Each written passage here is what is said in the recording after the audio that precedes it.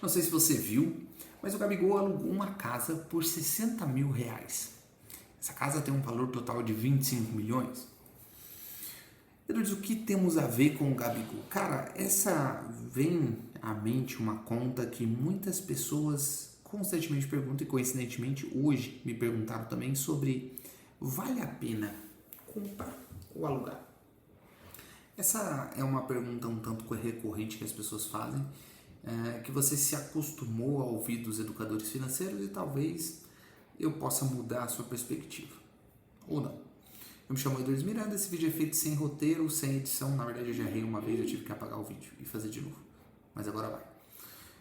Qual que é a lógica disso, gente? Vocês precisam sempre pensar de forma racional como o dinheiro funciona. Mas vocês também precisam entender que, diferente do que os educadores financeiros ensinam, você não é só uma pessoa racional. Você tem sentimentos e existem outras coisas além de um imóvel, ou melhor, além de um dinheiro, para se falar, quando a gente pensa em imóvel. Então vamos pegar o caso concreto. 60 mil reais por mês de um imóvel de 25 milhões, existe uma possibilidade de duas. Ou o Gabigol é muito esperto e está pagando muito barato, ou aquele imóvel está precificado errado. Porque olha a lógica, se é 60 mil o aluguel num imóvel que vale 25 milhões, a gente está falando que o Gabigol paga 0,24% ao mês de aluguel, o que é abaixo da média em grandes capitais. Se você pegar São Paulo, Rio de Janeiro, a gente está falando de algo entre 0,3% a 0,6%.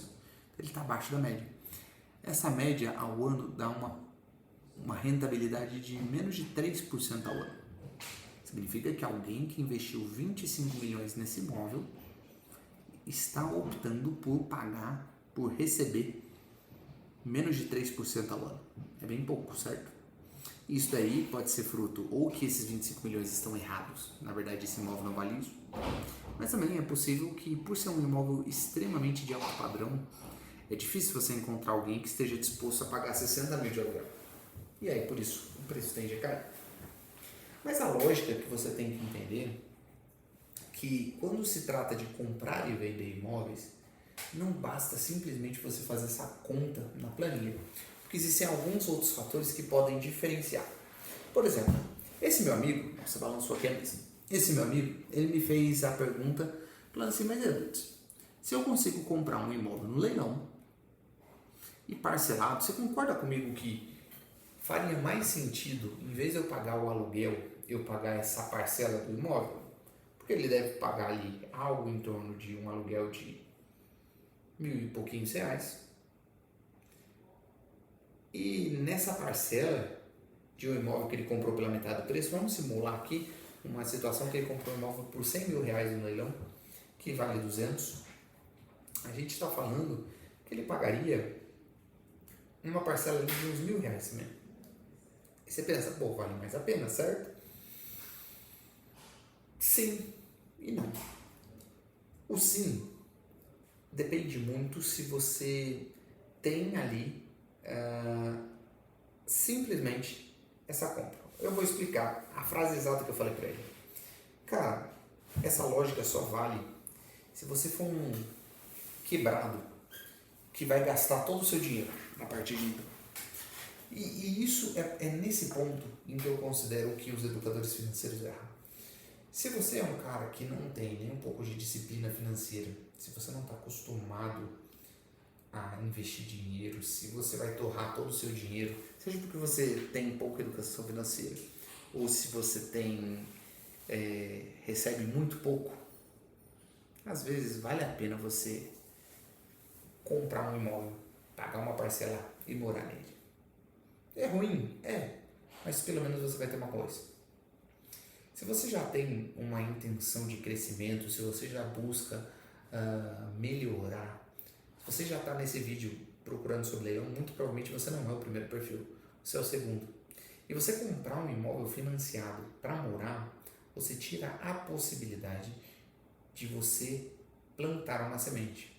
Pensa que Você tem uma maçã, você pode plantar essa maçã, supondo que a maçã é a semente, só para ficar melhor. Você pode comer a maçã e acabar com ela. Ou você pode plantar essa maçã e aí com isso, plantando essa maçã, você vai ter uma macieira e aí você vai poder comer quantas maçãs você quiser. Essa é mais ou menos a ideia. Se você hoje comprar um imóvel financiado, você meio que limita o seu nome, o seu CPF, baseado na sua renda, de comprar outros imóveis. Então, por exemplo, pensa que esse meu amigo ele comprou um imóvel e simplesmente agora ele não consegue mais comprar outro imóvel de leilão, financiado também. Ele não vai conseguir fazer o crescimento. Ele vai ter que contar com o salário dele, ao longo dos anos, juntando um pouquinho, até que ele consiga fazer uma compra à vista. Isso é ruim. Agora, num outro cenário, em que ele mora de aluguel, pode estar pensando, putz, eu estou jogando esse valor de parcela fora. Tá, mas em compensação, o seu CPF ele está trazendo lucro. Por quê? Você faz um financiamento, compra e vende esse imóvel, teve uma quantidade de lucro. Faz de novo. No final, o custo que você pagou por ter esse imóvel não foi tão alto. Olhando nessa perspectiva, vale mais a pena você viver de aluguel. Nesses casos, você precisa olhar caso a caso, tá? Nessas situações, melhor dizendo. Porque nem sempre é só uma questão financeira também. E aí vem o caso que você pode estar na situação 2, em que você sabe organizar o seu dinheiro, em que você tem perspectiva de crescimento, só que você tem a oportunidade ou um grande sonho de ter uma casa específica assim assado. Cara, sonho não dá para você colocar preço. E dependendo dos seus objetivos, isso pode mudar. Hoje, a minha situação é, eu vivo de aluguel, eu moro de aluguel. Eu tenho vários imóveis alugados num padrão tipo C, um padrão que eu falo muito aqui, que é apartamento MRV. Edwards, mas como você tem vários imóveis e vive de aluguel? Porque simplesmente, na minha concepção, não valeria a pena eu comprar um imóvel que eu moro. O imóvel que eu moro hoje vale algo em torno de R$1 milhão. Eu não gastaria isso. Só para você ter uma ideia. Eu hoje pago quase R$6.000, não, 6 mil e pouquinho de aluguel. Porque daí tem condomínio, enfim. Pago 6 mil e pouquinho de aluguel. Um imóvel na mesma região custa algo próximo a R$1 milhão. Bem próximo. Se não passa um pouquinho. Isso dá 6 mil de 1 milhão, 0,6%, isso? 6 mil dividido por 1 milhão. Isso, 0,6%. Só que, se eu fosse usar esse dinheiro, esse 1 milhão para comprar, eu compraria teoricamente 10 imóveis que me pagariam mais ou menos R$1.000 de aluguel, cada um. Então, eu teria um recebimento de R$10.000 de aluguel, enquanto eu pago 6. Logo, eu teria ali um retorno positivo de 4 mil. Tá vendo essa conta? Além disso, isso me dá algumas facilidades de poder me mudar. Mudei aqui, vou para outro lugar, enfim. Mas isso também não pode ser visto de forma equivocada, no sentido que sempre vai ser assim, ou sempre você tem que usar assim. Aqui está o grande erro dos coaches financeiros. Eles não consideram a parte de sonho, a parte de valor, a parte de família. Eu tenho a perspectiva, eu tenho um sonho de ter uma casa específica, meio que tipo campo. Em algum momento eu vou construir essa casa, porque eu acho que não tem nenhuma casa do jeito que eu quero. Nesse sentido. Vai valer a pena, Edwards? Financeiramente não. Mas é o meu sonho. Eu quero ter a criação dos meus filhos nela. Eu quero que meus filhos tenham memórias lá. Isso não se coloca na ponta do lápis. Edwards, mas você deu tantas voltas e você não respondeu. Vale a pena ou não? Se você gosta que alguém dite uma regra para você sobre se vale a pena ou não, eu gosto de pensar da seguinte forma. Se você tem melhor assim, ó, se você não tem grana, você não pode se dar ao luxo de fazer erros financeiros. Você não tem esse direito. Porque simplesmente isso pode te destruir. Então, se você não tem grana, more de aluguel. E se você está vendo esse vídeo, né, obviamente. Porque se você for aquela turma 1, em que não vai gastar todo o dinheiro, vai torrar tudo, não vai crescer em nada, não vai comprar imóvel de leilão, velho, compra financiadinho mesmo e mora em cima, porque pelo menos se você morrer, você vai gastar tudo com cachaça, pelo menos você vai ter um imóvel.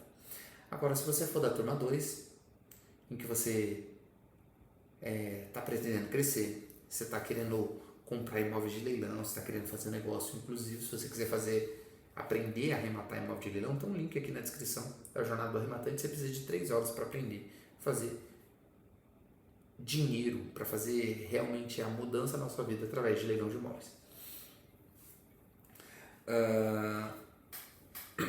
Se você está nessa turma 2, a minha sugestão para você, more de aluguel. Use o seu CPF, use o seu financiamento com o objetivo de aumentar a sua fonte. Você está aumentando ali receitas, comprando patrimônio. Agora, se você já tem dinheiro, aí você escolhe aquilo que você quer fazer. Você pode se dar o luxo de ter um imóvel de 25 milhões e depois enjoar dele e alugar por 60 mil. Na real, não vai fazer tanta diferença assim. É importante que você saiba que existe essa diferença. É importante que você saiba que financeiramente você está dando prejuízo. Mas, de repente, não faz diferença para você. De novo, gente rica pode se dar ao luxo de não ter, de errar. Espero que esse vídeo tenha te ajudado. Nos vemos numa próxima. Aquele abraço.